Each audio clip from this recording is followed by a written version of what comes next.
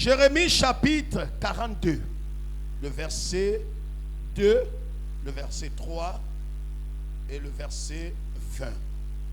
Nous lisons la parole de Dieu. Jérémie 42, nous lisons la parole de Dieu. Et quand on lit la parole de Dieu, nous lisons la parole de Dieu. Jérémie 42, verset 2. Et dire à Jérémie, verset 1 d'abord. Tous les chefs des troupes, Jochanan, fils de Kaéra. Écoutez très bien s'il vous plaît. Jézania, fils d'Osée, et tout le peuple, depuis le plus petit jusqu'au plus grand, oui, s'avancèrent et dirent à Jérémie, qu'est-ce qu'ils ont dit? Le prophète, que nos supplications soient favorablement reçues devant toi. Intercède en notre faveur auprès de l'Éternel, ton Dieu, en faveur de tous ceux qui restent, car nous étions beaucoup et nous restons en petit nombre, comme tes yeux le voient. Et que l'Éternel, ton Dieu, nous montre le chemin que nous devons suivre et ce que nous avons à faire. Continue. Jérémie le prophète leur dit, j'entends, voici je vais prier l'Éternel, votre Dieu, selon votre demande. Oui. Et je vous ferai connaître, sans rien vous cacher, tout ce que l'Éternel vous répondra. Et il dit à Jérémie, que l'Éternel soit contre nous, un témoin véritable et fidèle. Oui. Si nous ne faisons pas tout ce que l'Éternel, ton Dieu, te chargera de nous dire. Continue.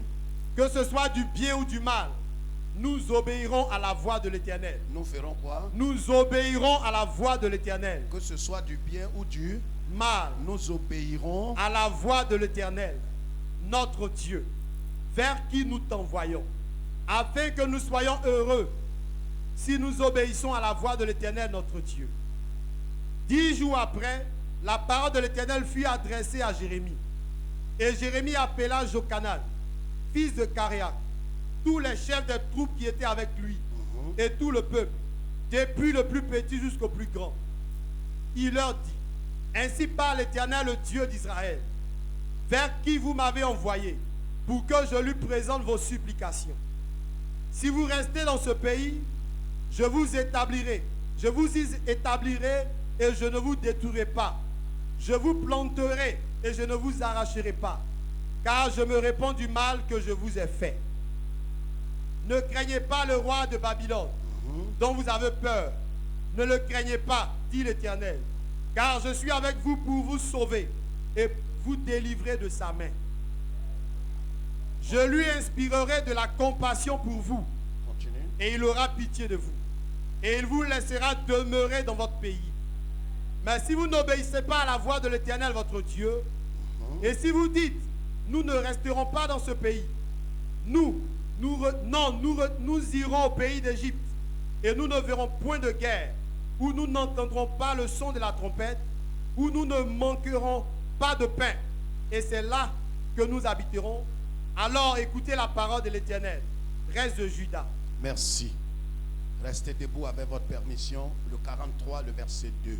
Quand Jérémie a été commis d'aller devant Dieu pour aller intercéder, pour avoir la volonté parfaite de Dieu pour le peuple de Dieu, il est allé 10 jours après, il est revenu avec le message que Dieu lui a donné. Mais quelle doit être et qu'est-ce qui a été l'attitude de ceux qui l'ont envoyé devant Dieu? Regardons ce que la Bible dit, Jérémie 43, le verset 2. Azaria, fils d'Osée, Jochanan, fils de Karéa, et tous ces hommes orgueilleux dirent à Jérémie, tu dis un mensonge. L'Éternel notre Dieu ne t'a point chargé de nous dire, n'allez pas en Égypte pour y demeurer. Mais c'est Baruch, fils de Nérija, qui t'excite contre nous, afin de nous livrer entre les mains des Chaldéens pour qu'ils nous fassent mourir ou nous amènent captifs à Babylone. Continue. Jochanan, fils de Karéa, tous les chefs des troupes et tout le peuple n'obéit point à la voix de l'Éternel. Il n'obéit point à la voix de l'Éternel. Ok. Qu'est-ce que Dieu va faire? Voilà ce que Dieu dit, le verset 8. La parole de l'Éternel fut adressée à Jérémie, à Tachpanès, en ces mots. Prends dans ta main de grandes pierres et cache-les en présence des Juifs dans l'argile du four à briques qui est à l'entrée de la maison de Pharaon à Takhpanès. Et tu diras aux Juifs, ainsi parle l'Éternel des armées, le Dieu d'Israël. Écoutez très bien. Voici, j'enverrai chercher Nebuchadnezzar, roi de Babylone, mon serviteur. Mon quoi? Mon serviteur. Depuis quand Nebuchadnezzar est serviteur de l'Éternel, je vais vous expliquer ce matin. Pour que vous compreniez que quand la folie va s'emparer de ton cœur, celui qui était jusque-là ennemi de Dieu, Dieu va le considérer comme son serviteur pour te corriger.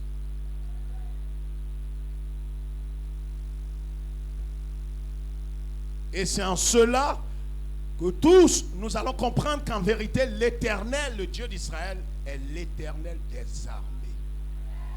Parce que Dieu dispose de tout être humain sur la terre. Dieu peut utiliser Satan, qui va aller en enfer, comme son serviteur pour te corriger. Parce que délibérément, tu as décidé, et volontairement et intentionnellement, de t'éloigner de la volonté de Dieu qui t'a été révélée. Asseyez-vous.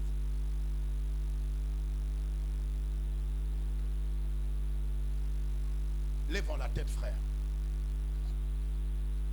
Voici la parole de Dieu pour nous aujourd'hui. Nous sommes en train de voir un thème important, vie pour Christ. Nous avons compris qu'on ne peut pas vivre pour Christ si nous n'avons pas décidé délibérément, volontairement, de renoncer à toute notre volonté propre. Tant que je vivrai par la chair, par ma volonté propre, il me sera difficile de discerner quelle est la volonté parfaite de Dieu pour moi. Il me sera difficile de discerner ce temps-là. C'est pourquoi Jésus a dit en Luc chapitre 9, si quelqu'un parmi vous veut me suivre,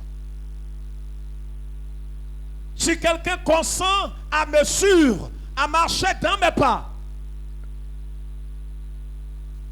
la première chose qu'il doit faire, c'est de renoncer à ses motivations propres. C'est de renoncer à sa volonté propre. C'est de décider intentionnellement de renoncer à lui-même. Car lui-même est le problème et non les sorciers ni Satan. Parce que tant que l'homme ne décide pas librement de renoncer à sa gloire, à son honneur, à sa notoriété, à ses raisons, à sa propre justice, il ne pourra pas suivre Jésus. C'est pourquoi c'est fondamental, c'est un préalable. On ne peut pas être utile à Dieu si on n'a pas décidé de renoncer à soi. Or, la volonté de Dieu est opposée à la volonté de l'homme. Pourquoi? Parce que notre volonté depuis la chute a été infectée par la pensée de Satan. Madame, j'ai dit de lever la tête.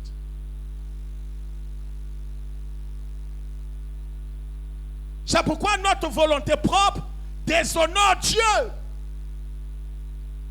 Notre volonté qui n'a pas été crucifiée est en contradiction avec l'Esprit de Dieu.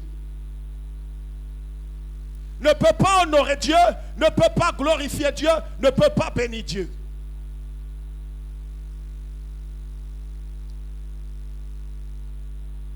C'est pourquoi les apôtres ont dit à Jésus, enseigne-nous à prier. Jésus leur a dit, quand vous priez, dites notre Père qui es aux cieux, que ton règne vienne, que surtout ta volonté soit faite. Qu'elle soit faite exactement comme elle est faite dans le ciel. La volonté dans le ciel, de Dieu dans le ciel, n'est pas discutée. La volonté de Dieu dans le ciel, il n'y a pas de raisonnement qui accompagne la volonté de Dieu. Quand Dieu décide une chose, elle est faite à la lettre, à la minute près, à la seconde près. Et Jésus dit, c'est de cette même manière que la volonté de Dieu doit être manifestée sur la terre. Cherchez par l'Esprit de Dieu à ce que la volonté de mon Père, ma volonté s'impose à votre volonté. Parce que la volonté de l'homme est opposée à la volonté de Dieu. Quand vous décidez librement de suivre votre volonté, vous êtes en train de vous éloigner de la volonté de Dieu. Vous avez tourné le dos à la volonté de Dieu. Or, c'est la volonté de Dieu seul qui peut vous conduire dans la vie éternelle. C'est pourquoi quand un homme décide, le péché c'est quoi? Le péché c'est décider délibérément de s'opposer à Dieu, de se rebeller contre Dieu, de faire sa propre volonté. Péché c'est faire sa propre volonté. Quand tu décides par exemple de te lier dans un mariage à quelqu'un qui n'a pas la nature de Dieu, tu es une rebelle, tu finiras mal avec ce mariage. Ça peut être célébré par un religieux qui est égaré, vendu.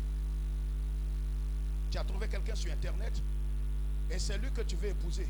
Épouse-le. Si c'est la volonté parfaite de Dieu. Si tu as toutes les preuves que Dieu t'a conduit là, fais-le. Mais vous savez, ce qui semble beau, joli, tout ce qui est bon n'est pas forcément la volonté de Dieu. Tout ce qui est glorieux n'est pas forcément la volonté de Dieu. Quelque chose peut paraître agréable, acceptable. Quand M.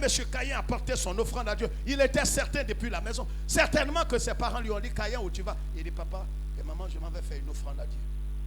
Avec ça, il dit, papa, est-ce qu'il y a un problème? Ce sont les meilleurs fruits que j'ai sélectionnés. Ça paraît juste à ses yeux, mais son service est une malédiction pour lui. Regarde, tout ce qui est bon n'est pas forcément ce qui est dans la volonté de Dieu. C'est pourquoi quelqu'un peut célébrer un mariage pompeux, glorieux aux yeux des hommes, mais ça déshonore Dieu.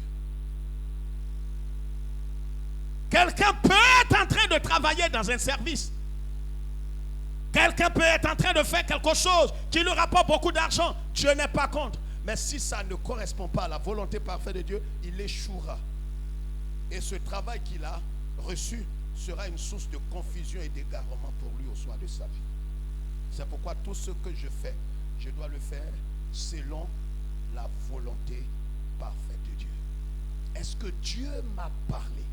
Est-ce que j'ai une conviction venant du Saint-Esprit? C'est pas ce qui m'arrange, mais ce qui honore Dieu. Quelque chose peut m'arranger, mais ça déshonore Dieu. Et si j'ai un bon sens, je dois me retirer de cette chose. C'est bon, c'est glorieux, les hommes acclament cela, mais ça déshonore Dieu.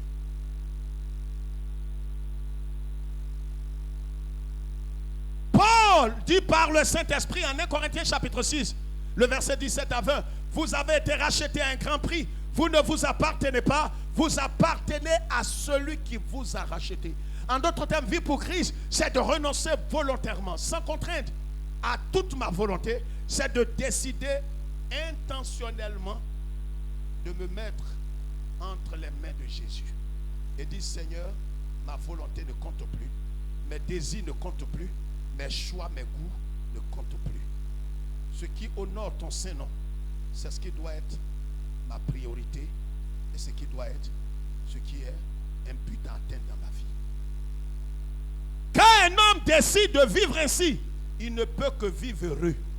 Il ne peut que vivre sécurisé. Je parle à quelqu'un.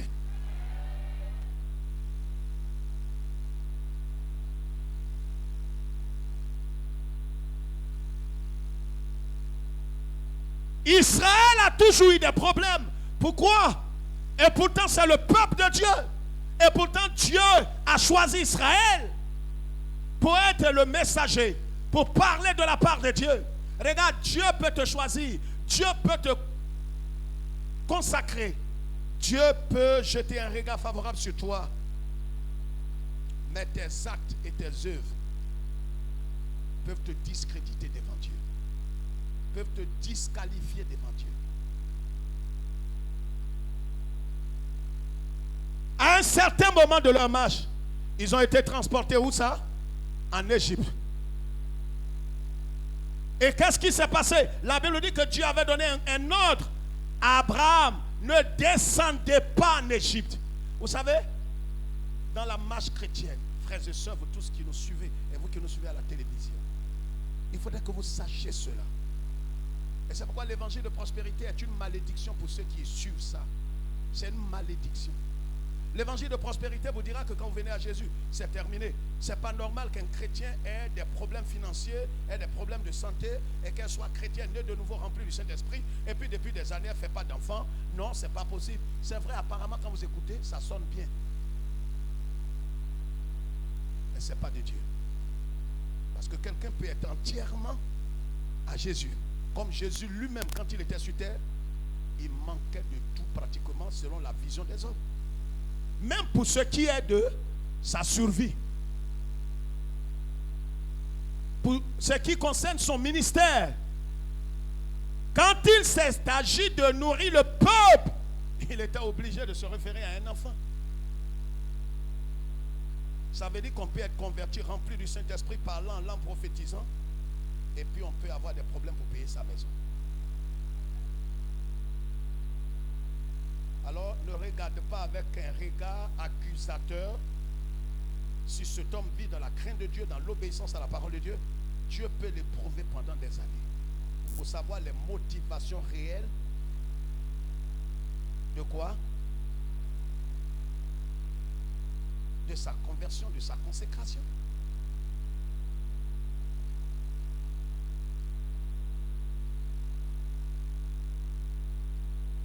Les pharisiens et les scribes et tous ces gens ont demandé à Jésus un jour, est-ce que tu payes les impôts? Ils ont dit à Pierre, Pierre dit, on ne paye pas les impôts parce que le Créateur lui-même a pris une forme humaine, il est avec nous. Jésus, c'est le Créateur du ciel. Ils ont dit, non, on n'est pas dans les discours. Vous payez impôts ou bien vous ne payez pas? Parce que vous ne payez pas, vous savez ce qu'on va vous faire tout de suite. Jésus ne devrait pas mourir avant son temps. Regarde, je dis à quelqu'un, tu ne mourras pas avant ton temps. Amen. Amen. Et si deux prophètes m'ont dit, comme tu es un enfant qui n'est pas sérieux, un enfant normal n'a pas deux pères. Sauf un enfant bâtard qui a deux pères. Il a un papa ici, il a un papa prophète quelque part, il a un papa tant. Donc quand il écoute ici, ça va soumettre ça à son papa. Un homme qui a toutes ses facultés a un seul père dans la foi. Mais les enfants bâtards, ils mangent partout.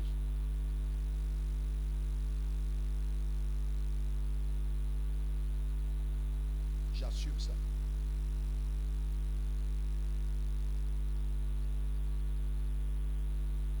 Yeshua ne devrait pas mourir avant son temps. C'est pourquoi la Bible dit, il avait la parole et il marchait selon la révélation de Dieu sur sa vie.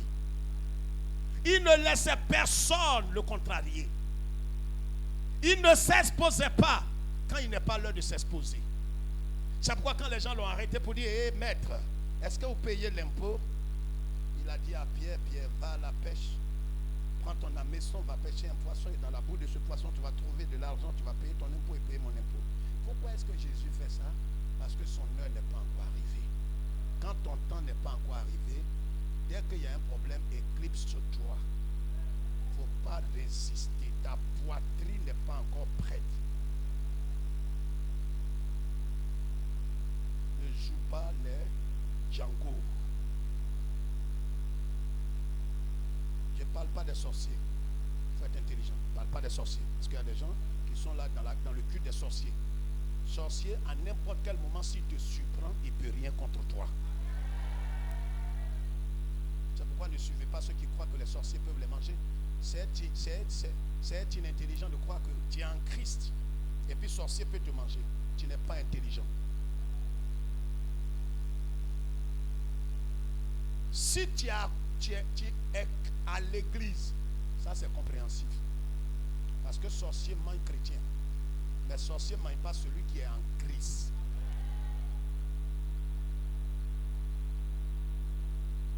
Mais voici, je suis devant tous les FM. Et tous les sorciers du monde. Mon nom c'est quoi, mes filles? Mettez mon nom dans Cadena. Et puis il y a mes frères ici, il y a un qui s'appelle Mé, il y a un qui s'appelle Nzi, il y a un qui s'appelle Tan. Mettez nos noms dans Cadena. On est, ce que je cite là, j'ai la certitude qu'ils sont, ils ne côtoient pas Jésus, ils sont dans Jésus.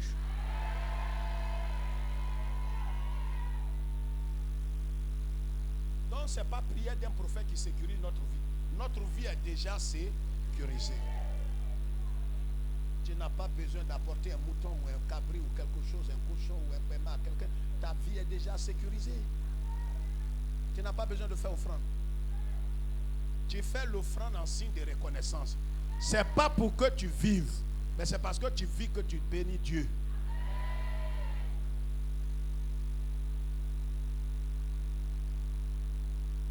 Les Les enfants d'Israël, ils ont dit,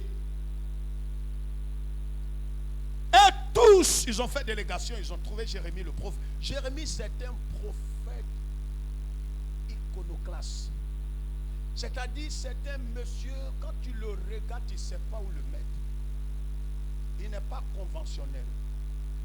Ce que tout le monde dit, béni, béni, béni, il n'est pas dans ça. Il dit ce qui est révélé de Dieu. Il a souffert dans sa vie. Un chrétien qui a l'esprit de Dieu n'est pas dans béni, oui, oui. Il est dans la révélation de Dieu. Et ce que Dieu dit, conformément à sa parole, il s'en tient à cela.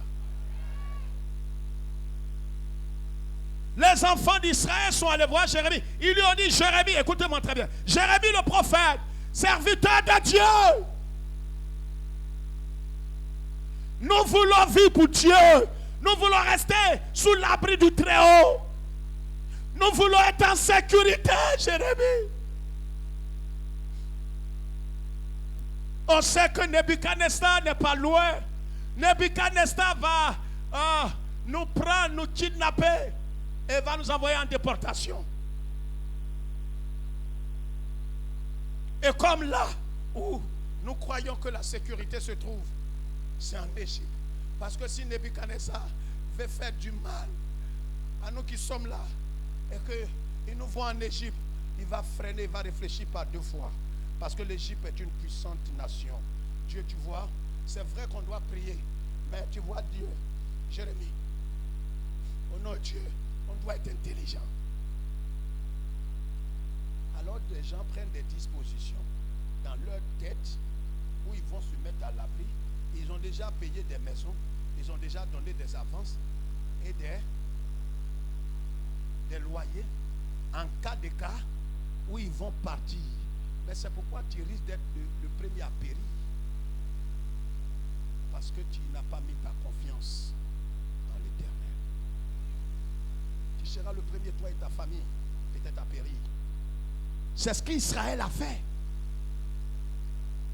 Ils ont dit à Jérémie, Jérémie le prophète, nous voulons marcher selon la parole de Dieu et la volonté de Dieu. Jérémie, va consulter Dieu. Tout ce que Dieu te dira, nous sommes prêts à exécuter.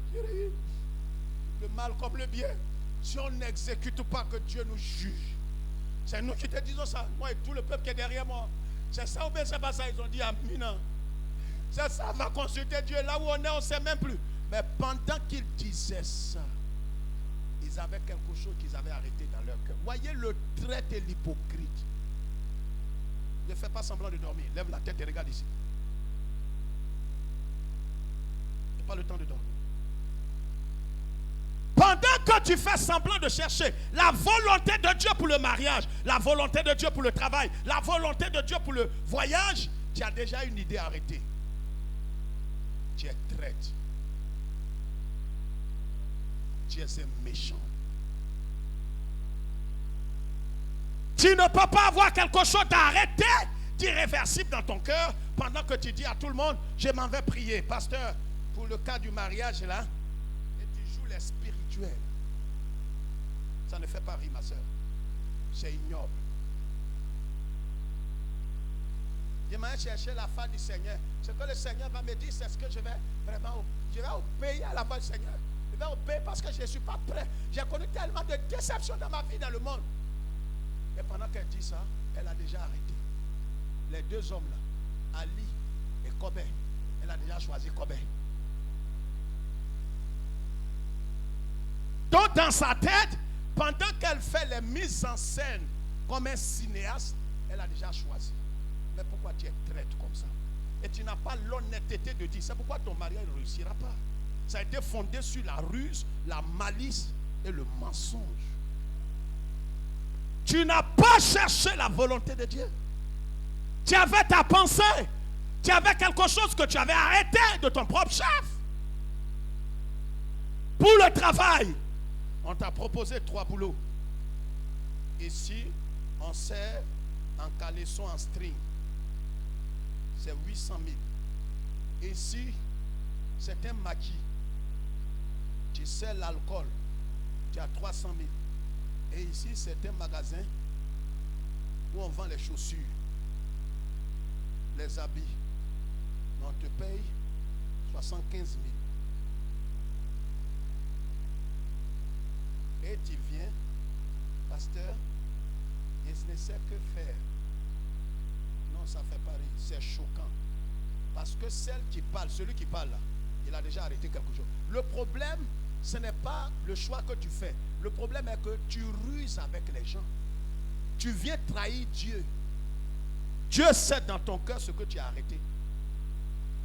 Physiquement, tu es là, mais spirituellement, tu n'es plus dans l'assemblée. Pourquoi tu continues de venir là? Pourquoi ne serais-tu pas parti? Tu ne te rends pas servi, tu es malheureux. Tu es malhonnête. Spirituellement, tu n'es plus là. Tu t'es retiré de toutes les activités de ta zone, de ton secteur. La déléguée des femmes t'appelle, la présidente des femmes t'appelle, tu ne réponds à personne. Tu marches seul, tu fais tout seul avec ta femme ou ton mari. Non, même si vous m'appelez, nous n'allons pas. Nous, on va aller à l'église comme ça. Mais vous n'êtes pas sérieux. Si vous avez un peu de dignité, retirez-vous. Si vous avez un peu de dignité dans votre vie, retirez-vous. Parce qu'on ne peut pas être dans une famille et ne pas contribuer à cette famille. C'est être malhonnête.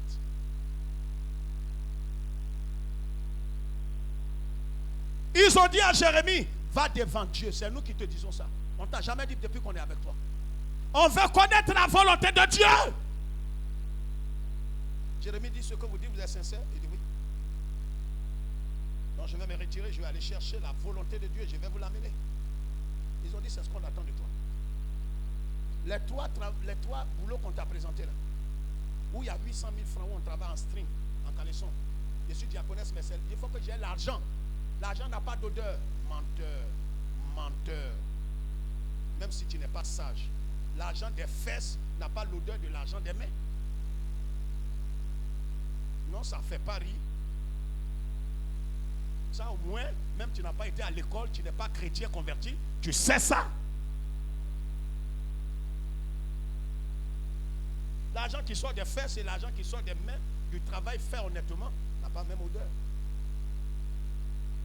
L'autre sans fesses, l'autre sans mains.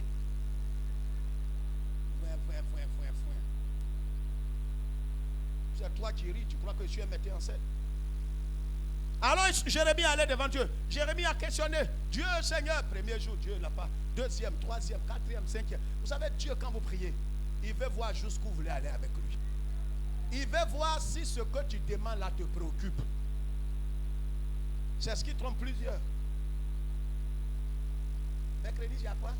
Un série de femmes en voie de mariage pour que nous puissions prier, pour que Dieu nous ouvre des portes, pour que nous puissions nous marier dans le Seigneur et selon la volonté de Dieu. C'est la raison d'être de cette cellule qui existe depuis bien de 18 ans. Ah, d'accord, ok. Et quand on va là, vraiment, Dieu nous exauce. Oui, Dieu a béni beaucoup de sœurs dans sa grâce et dans sa grande miséricorde. Ah, je vais aller là, mais moi, je ne tue pas dans les programmes. Hein. Pour moi, c'est en même temps mieux.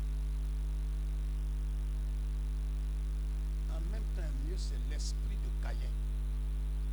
En même temps, n'a jamais été mieux. C'est le temps de Dieu qui est mieux.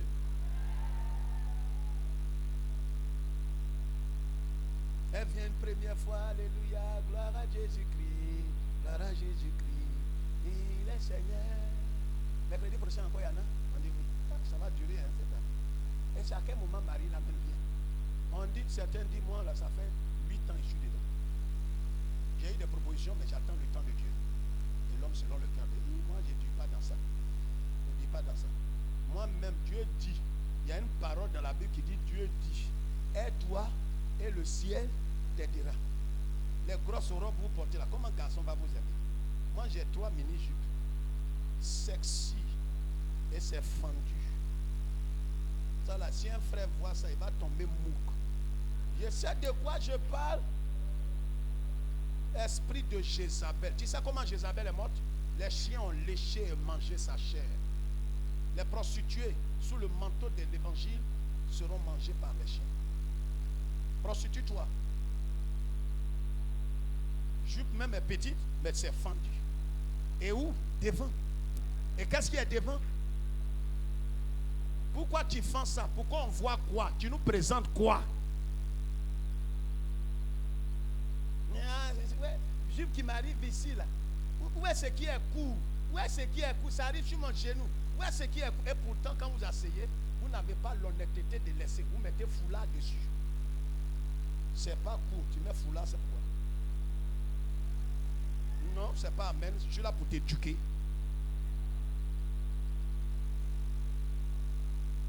Tu portes des jeans qui vont serrer tes fesses. Tu vas marcher. Un garçon qui est converti, célibataire, né de nouveau, qui ne veut pas vendre sa vie, quand il voit ça, il ferme ses yeux. Tes fesses serrées dans jeans serré là, c'est pour toi seul. Garçon, regarde pas ça. On voit ça là, on ferme les yeux. Les jeunes gens convertis nés de Dieu, quand tu vois ça, des batteurs collés ici, on voit ton nouveau soutien que tu as payé. On n'a pas besoin de ça. On n'en a pas besoin. Et quand tu sais, pasteur, si c'est ça là, je ne vais plus venir. On t'a appelé, tu peux rester chez toi. Mais si tu viens ici, tu viens pour être éduqué.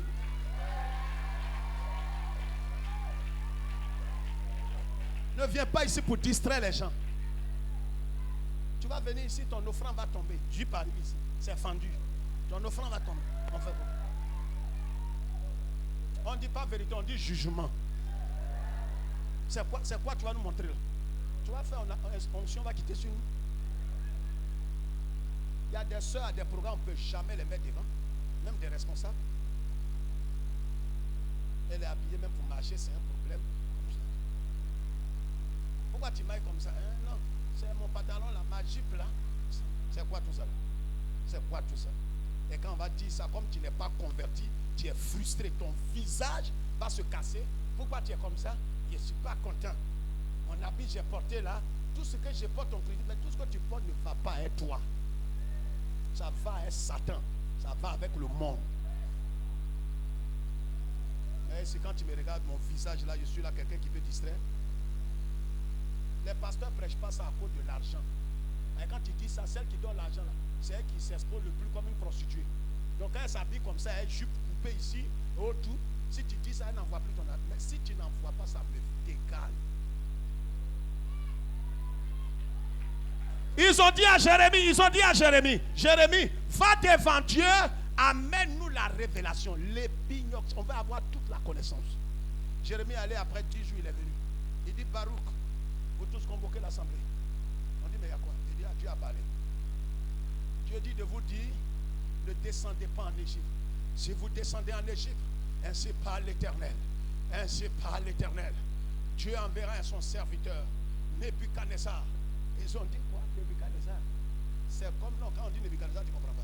C'est comme Dieu dit aux chrétiens, ne commettez pas ça, ne faites pas ça. Si vous faites ça, j'enverrai mon serviteur Boko Haram. Tu vas gratter la tête. Le pasteur, il n'a pas voulu dire ça. Boko Haram, comment Boko Haram peut être serviteur de l'Éternel? Mais l'Éternel, Dieu peut se servir des hommes impies. Pas qu'ils sont sauvés, mais il va les utiliser pour te ramener dans le droit chemin. Quand Jérémie a dit ça, la Bible dit que les enfants d'Israël lui ont dit, tu mens. C'est aujourd'hui on sait que tu n'es pas un prophète de Dieu. Qu'est-ce qu'ils attendaient? Ils attendaient que la révélation de Dieu, la volonté de Dieu fasse quoi? Rencontre ce qu'ils avaient arrêté dans leur cœur. Pour eux, voici le chemin. Sur ce que Dieu va dire, consolide ce qu'on a déjà arrêté, c'est que ça vient de Dieu. Mais si ce que Dieu va dire par le canal de Jérémie, si ça vient contredire ce qu'on a arrêté, on ne va pas suivre ce que Dieu va dire. À notre risque et péril. Ce qu'on arrête, Baruch, et vous tous, on est près de 800. On va ce qu'on a arrêté, c'est que quel que soit ce que Dieu va dire, on va aller en Égypte. Ne vous laissez pas intimider par la prophétie. On va descendre en Égypte. Ils ont dit, on a compris. Quand Jérémie est venu, qu'il a dit ainsi par l'Éternel, et que vous ne devrez pas descendre en Égypte, ils ont dit, tais-toi, tu mens. On va descendre et on est prêt à assumer les conséquences. Vous savez, quand quelqu'un est sur le point de s'égarer, il n'a même pas peur de l'avertissement de Dieu. Il n'a pas peur. Il est prêt à humilier l'autorité qui est établie pour le conduire. Il est prêt à déshonorer son pasteur, déshonorer la présidente des femmes, déshonorer la dame qui était, pas parce qu'elle est plus importante, mais parce que Dieu l'a mis là pour le conduire dans le chemin étroit. Quand on est prêt à se perdre, on est prêt à défier les autorités spirituelles. Je ne parle pas des dictateurs spirituels, je parle des gens qui sont brisés, qui servent Dieu, qui conduisent le peuple de Dieu dans l'humilité. Quand quelqu'un est prêt à se perdre, il est prêt à défier ces gens. Convoquer n'importe quelle réunion pour son bien-être, il ne viendra pas. Convoquer n'importe quelle réunion pour son édification, pour sa croissance, il ne viendra pas, il ne viendra pas. Et puis il n'y a rien. Ils ont dit à Jérémie, on ne va pas obéir à la volonté de Dieu, parce que ça ne rentre pas dans la même ligne que ce que nous on a arrêté. Donc avant qu'ils envoient Jérémie, ils avaient déjà arrêté dans leur cœur d'aller coûte que coûte par tous les moyens. Où ça? Aidez-moi. Laisse ton voisin parler. Allez où ça? En Égypte. Or l'Égypte, Dieu n'a jamais permis aux enfants d'Israël d'aller là. Jamais. La seule fois où Dieu a dit ouvertement aux enfants d'Israël d'aller là, c'était quand Jésus était né. Et c'est Dieu qui a dit que Jésus, Marie envoie Jésus, Joseph et Marie envoient Jésus le cacher là-bas. Ils savaient ce qu'ils faisaient. À part ça, Dieu, de façon ouverte, l'Égypte est considérée comme l'ennemi de Dieu. L'Égypte spirituelle. L'Égypte pour nous chrétiens, c'est le monde. Or Dieu dit que celui qui aime le monde, l'amour de Dieu n'est plus dans son cœur. Or le monde ici, ce n'est pas la terre physique. C'est la vie morale de ce monde. Ce qui est vécu dans ce monde déshonore Dieu, insulte Dieu. Donc si vous marchez selon l'esprit de ce monde, vous êtes en train de déshonorer Dieu par votre vie. Ils avaient une idée arrêtée. Et regarde, si tu as une idée arrêtée, ne viens plus pour fatiguer Dieu. Tu sais que malgré tout ce qu'on va dire, tu vas retourner avec cet homme qui n'est pas ton mari, avec qui tu pratiques l'impudicité, l'adultère, tu couches avec le mari de quelqu'un ou la femme de quelqu'un, mais tu continues. Tu as pleuré avec les larmes de caïman, mais tu sais que même là où tu es en train de te repentir, tu ne vas pas arrêter de le faire. C'est ce qui va te conduire à la mort physique. Dieu t'a révélé sa volonté parfaite. Il a dit aux enfants d'Israël ce qu'ils ne devraient pas faire. Regardez, si réellement nous voulons suivre et vivre pour Jésus, Dieu va nous révéler toujours sa volonté. Et quand il nous révèle sa volonté, nous devons décider de rejeter notre volonté à nous. Notre volonté à nous peut nous arranger. Vous savez, les 3 exemples que j'ai pris. Dans cette boîte de nuit, tu vas avoir 800 000, mais tu dois travailler en caleçon, en string. Tu ne couches pas avec un garçon là-bas. Mais ça va être tes fesses que les gens vont boire. Mais toi-même, tu ne bois pas d'alcool. Mais c'est la même prostitution. Hein? C'est la même prostitution. Tu prostitues ton corps pour que les gens, leur marché puisse marcher. Donc ça, c'est le premier boulot. Le deuxième boulot, qui est simple. Vendre des chaussures à une chemise. On te paie 75 000. L'autre boulot, c'est où tu vas te servir dans un maquis, mais tu sais l'alcool, tu ne sais pas manger. Toi, c'est les bières, les bocs, les quoi on t'a dit de servir. Mais quand tu sais ça, c'est un problème tu as. Parce que quand tu sais, c'est parce que toi-même tu bois. Tu ne peux pas servir quelque chose que toi-même tu sais que c'est mortel. Est-ce que toi tu peux donner de l'alcool ou bien tu peux donner du venin à un enfant, à ton enfant, quand toi-même tu ne vas pas goûter? Moi je fais que servir. Je sers gin. Et quand les gens boivent, ils sont coufs. Et là où je travaille, là, les gens, il y a des fous là-bas. Et tu dis ça avec joie. Qui les sert à boire? Un jour, la Bible dit dans Habakkuk chapitre 2, maudit soit l'homme qui donne de la boisson à son prochain. Regardez dans Habakkuk. Ce que tu es en train de faire, là, tu vas payer ça. Demandez à tous ceux qui sont les historiens, ceux qui ont créé les boissons fortes comme Guénou, Alcaï, autour. Regardez comment leur famille a terminé la course. Et ça, tu vas présenter ça devant peut-être la présidente des femmes. Donc, présidente des femmes, voilà le sujet qui est devant moi. Intercéder pour moi. Où intercéder? Il y a intercédé dans ça. Mais comme tu ne vas pas changer et que tu as déjà arrêté quelque chose dans ton cœur, je vais aller prier. Non, c'est pas que c'est 800 000 là, tes yeux sont dessus. On n'a pas besoin de prier là, c'est de prendre là où ton corps ne va pas déshonorer Dieu et tu vas avoir peu d'argent.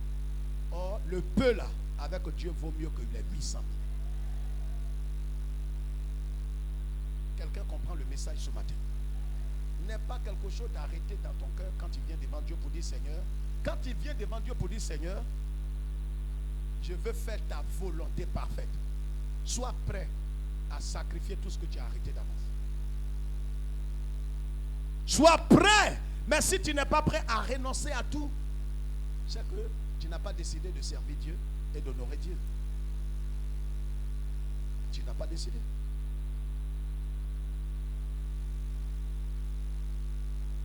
Les conséquences étaient graves. Le chapitre 44, le chapitre 45 que nous lisons. La parole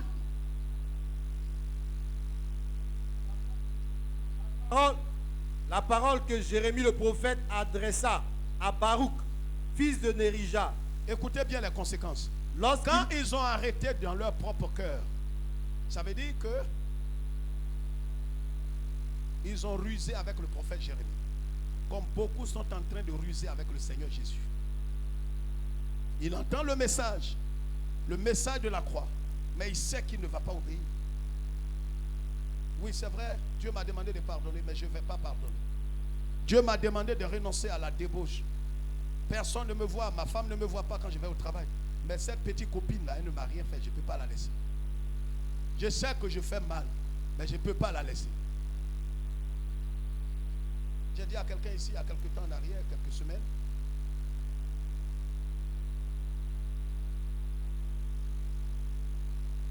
tu as commis l'adultère, Dieu te pardonne. Maintenant, efface le numéro de cette femme-là dans ton portable. Normalement, c'est des gens, très souvent, c'est par leur réponse, vous allez voir, si ceux-là veulent aller au ciel. J'ai reçu beaucoup de cas comme ça. La semaine passée, j'ai reçu un cas. Personne ne te dit non, bon, il faut dire que je vais effacer, pasteur, mais donne-moi un peu de temps. Tu es malhonnête. J'ai dit, mais est-ce que ta femme est au courant de ça? Il faut que tu dises ça à ta femme, que tu es dans l'infidélité. Il faut que tu dises ça à ta femme. Pareil pour une autre femme qui était mariée chrétienne, responsable à l'église, qui commet l'infidélité. On lui dit, enlève le numéro de cet homme avec qui tu triches. Elle dit, non, ne me forcez pas à enlever. Vous voyez? Une femme qui est dans la bassesse. Mais elle aussi, elle a le témoignage qu'elle s'en va au ciel. Ne me forcez pas à enlever le numéro du monsieur. Non, tu n'es pas converti. Tu es ignoble. Même quand elle enlève ou il enlève le numéro, ils connaissent ça par cœur. À tout moment, ils envoient des messages à des gens avec qui ils font l'infidélité. Je lui ai dit, efface tout. Et va dire ça à ta femme, toi aussi va dire à ton mari. Et pour savoir que ces gens ne sont pas sauvés, vous allez voir qu'ils vont mettre la faute sur leur femme ou sur leur mari. C'est parce que mon mari ne m'aime pas assez que je suis allé commettre l'adultère. Non, ces femmes-là ne sont pas dignes d'être dans un foyer. Cet homme n'est pas digne d'être dans un foyer. C'est des femmes qui se sont mariées par accident. Ça ne me fait pas rire. Quand tu ris, tu crois que je dois. C'est par accident qu'elles ont eu un mari. Et très souvent, ces femmes-là sont là en attendant d'avoir l'homme avec qui elles vont commettre l'adultère et puis aller avec cet homme. On a vu le cas à l'église, quand on était jeunes chrétiens.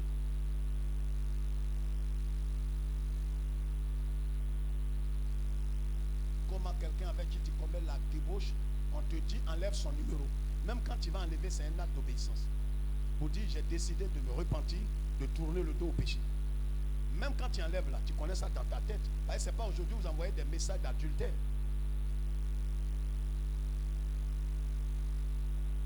J'ai été tellement ferme avec cet homme cette semaine. Il partait, il pleurait. Je lui ai dit, tu me donnes le numéro de la jeune fille qui commet l'adultère. Parce que je vais dire ça à ta femme. Il dit, ah mais, si elle décide de me quitter. Mais tu l'aurais cherché. Et puis quand vous commettez le péché, il faut être prêt à assumer. Sinon tu es malhonnête 2 fois. Quand tu as péché, va confesser. Si on doit te divorcer, ils vont te divorcer. On ne t'a pas poussé. Il faut être honnête au moins pour assumer.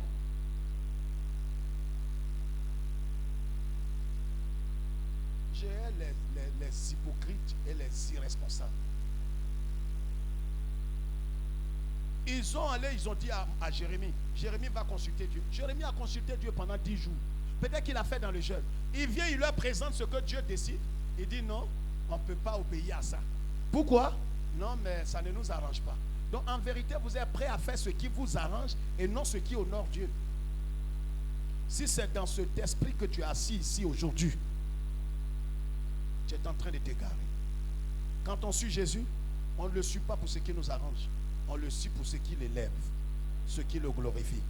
Parce que ce qui le glorifie peut nous déshonorer. Mais c'est mieux qu'on soit déshonoré que Jésus soit élevé. Les conséquences étaient graves.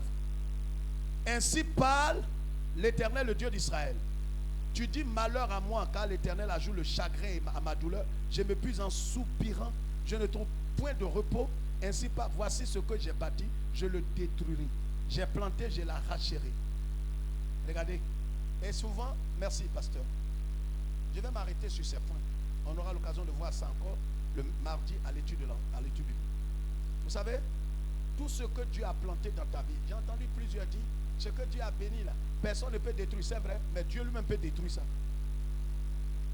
Quand volontairement tu sors de sa volonté, tu vois sa volonté, mais tu n'es pas prêt à te soumettre, ce qu'il avait planté dans ta vie, il peut détruire ça. Il peut te mettre sous l'autorité d'un tyran. Il peut déraciner ce qu'il a planté. Et il peut planter certaines choses. C'est pourquoi il a dit à Jérémie, je vais faire venir Nebuchadnezzar, mon serviteur. Nebuchadnezzar n'a jamais été converti. Mais regardez, quand Dieu veut vous corriger, pas pour vous tuer, mais pour vous amener quoi? Sur le chemin de quoi? De la repentance. Pour vous ramener sur le chemin étroit, Dieu va susciter des gens qui sont ses propres ennemis. Mais il va les utiliser comme des serviteurs pour te corriger. Il y a des gens qui n'ont même pas le droit de vous toucher. Mais à cause de ce que tu déshonores Dieu, Dieu peut mettre quelqu'un, ça peut être ton mari ou ta femme, Dieu peut mettre quelqu'un sur ton chemin qui va t'infliger des corrections toute ta vie. Tu ne comprendras pas. Tu vas dire c'est les sorciers. Comme tu n'es pas mûr, tu vois tout en sorcier. Or, c'est parce que tu n'es plus dans le chemin que Dieu a tracé pour toi. Tous les jours, on te frappe. Tu vas lier ça, lier frapper là. Il te frappe plus.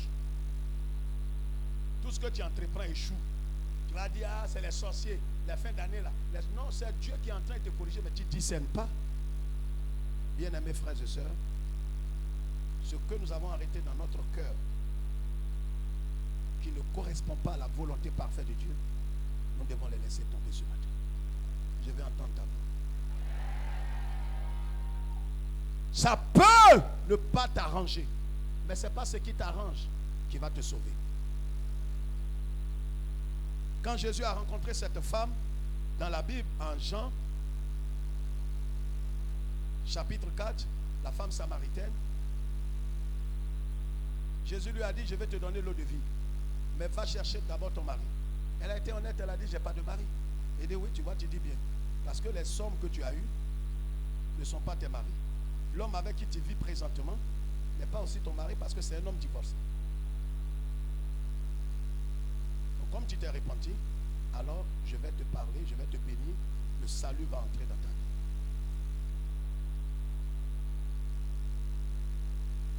vie. L'un des cas les plus instruisants dans le Nouveau Testament, avant qu'on le prie, c'est le cas d'Ananias et Saphira. Actes des Apôtres, chapitre 5. La Bible dit, ils ont vu dans l'église que tout le monde donnait pour l'œuvre de Dieu. On ne leur a... Nous voulons vendre. Pierre, oui, c'est nous, ma femme et moi. Chérie, qu'est-ce qu'on fait? À la prière, on va apporter tout ce que Dieu a mis sur notre cœur. Ils sont allés vendre leur champ. Ce que leur bouche a dit devant Dieu, arrivé à la maison, quand ils ont vu l'argent du terrain qui était énorme, ils ont divisé, ils ont mis une partie chez eux et ils sont venus avec l'autre partie. Pierre leur demande par le Saint-Esprit, c'est à ce prix-là que vous avez vendu le champ?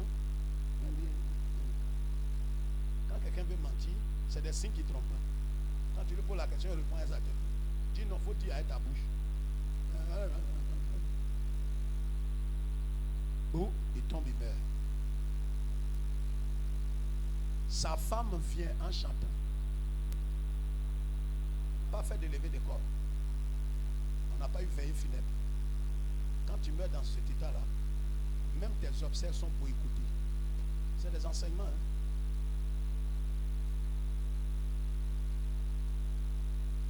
Sa femme vient. Dieu est bon. Oui, Dieu est bon. Oui, Dieu est bon. Il est bon pour eux parce qu'ils ont l'argent à la maison. Quand elle est arrivée nette, elle a demandé aux serviteurs qui sont là. L'apôtre est là, ils ont dit oui, il est assis. Quand elle est rentrée nette, elle veut faire ses hypocrisies de salutation hypocrite. Ah, papa pasteur, alléluia. Amen, oh, amen, amen, amen. On est de cœur à vous, hypocrite. On connaît le cœur, ce qui anime ton cœur. Tu n'es pas de cœur avec nous, tu es de corps avec nous. Mais comme tu n'es pas intellectuellement honnête, tu dis des choses pour qu'on te félicite. Tu es de cœur avec nous. Pourquoi est-ce qu'on ne te voit pas dans nos manifestations? Pourquoi on ne te voit pas dans ta zone? Est-ce que c'est à l'église ici, tu viens pour t'exhiber?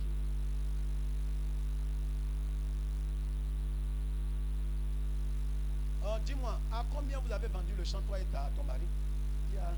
Mon mari lui-même n'est pas là. Voici les jeunes gens qui ont enterré ton mari. Ils sont en train de laver leur. C'est que mon mari a dit. C'est la même chose. Boum, tombé, décédé. C'est les sorciers qui les ont tués. Répondez-moi vous tous. Parce que toi tu aimes adorer sorciers comme l'adoration des sorciers, c'est une manière de croire tout ce qui est fait, c'est les sorciers qui font. Tu donnes trop de louanges aux sorciers. C'est le sorcier qui a tué lui là. Répondez-moi. Qui l'a tué? Satan. C'est qui? Le bon Dieu. Tu n'as pas trop d'honnêteté de dire bon Dieu. C'est bon Dieu.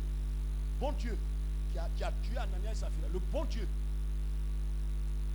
Le bon Dieu là, dans la période de la grâce, peut te tuer. Quand tu es malicieux et malhonnête et que tu veux trahir toute la communauté, Dieu peut abréger tes jours. Ça veut dire pendant que tout le monde est en train de servir Dieu avec un cœur honnête, toi tu le fais avec malice. Nous on ne sait pas que ce que tu fais là c'est un malice. Mais Dieu sait. Il va te répondre. Elle est tombée, elle est décédée. La Bible dit quand elle est décédée, une grande crainte s'est emparée de l'église. Ah, les gens attendaient que deux meurent. Il y a des gens comme ça. Quand il y a un événement tragique comme ça, la crainte de Dieu s'empare de son cœur. Il dit à son copain dans l'église, arrêtons. Hein. Aujourd'hui, là, j'ai eu la peur de ma vie. Hein. Et quand l'onction était en mouvement, là, je croyais que j'allais tomber. Hein. Arrêtons ce qu'on on est en train de faire depuis. Quand il te dit arrêtons, tu dis non, dernier coup, dernier coup, dernier coup. Mon nom est Dieu, je vais arrêter avec toi. Hein.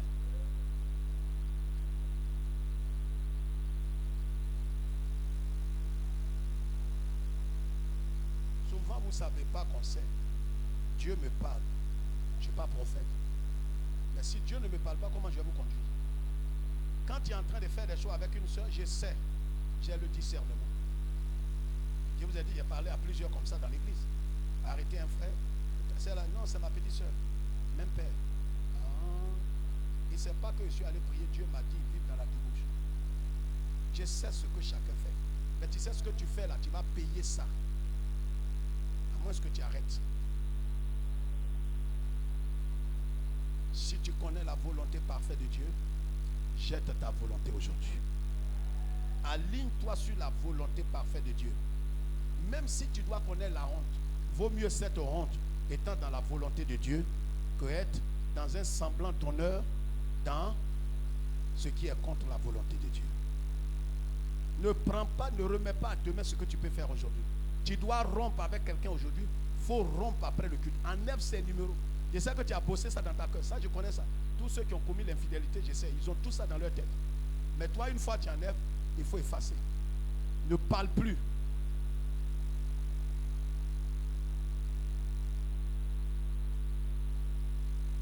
Est-ce que tu es prêt à vivre exclusivement pour la volonté du Seigneur? Même si c'est de perdre ta vie. Comment? Lève ta main comme ça. Lève bien ta main. Lève bien ta main. Après tu sors ici pour aller faire l'économie. Lève bien ta main. Va faire comme ça. Quand on a dit de lever la main, je n'ai pas levé ma main. C'est pas elle, j'ai dit qu'on va faire un dernier coup. Si tu vas faire un dernier coup, que le ciel te juge. C'est que tu as trahi Dieu et son église. Tu as connu la volonté de Dieu. Maintenant, là où tu es, ce que tu dois faire, c'est de dire, Seigneur, je suis prêt à marcher dans ta volonté. Même si je dois me pommader avec beurre de karité, je le fais pourvu que ton nom soit élevé. Baissez la main. On va prier. On va se lever.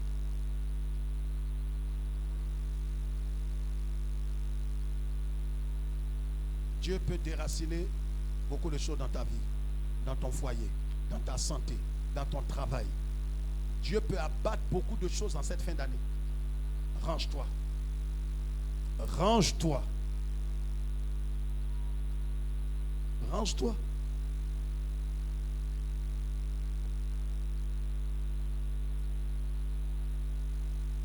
Vous savez, en tant que chrétien, on a horreur de ceux qui sont hypocrites. L'hypocrite, moi je le dis toujours, il est pire que Satan. Parce que Satan, lui, il dit il est mauvais. Il a dit à Dieu, je ne t'aime pas. Mais l'hypocrite, c'est quelqu'un qui rit avec toi, mais il ne t'aime pas. Il marche avec toi, mais quand tu tournes le dos, ce qu'il fait de toi, et c'est pourquoi vous ne comprendrez jamais ce qui arrive à certaines personnes. Quand quelque chose arrive à quelqu'un, ne te précipite pas pour parler. Tu ne sais pas ce que Dieu est en train de faire. Marchons dans le même esprit. Moi, je vous aime comme un père aime ses enfants. Marchons dans l'obéissance et dans le respect mutuel. Amen. Que Dieu nous bénisse. Que le Seigneur soit avec nous et que Dieu nous fortifie. Amen. Nous bénissons le Seigneur, nous acclamons le Seigneur.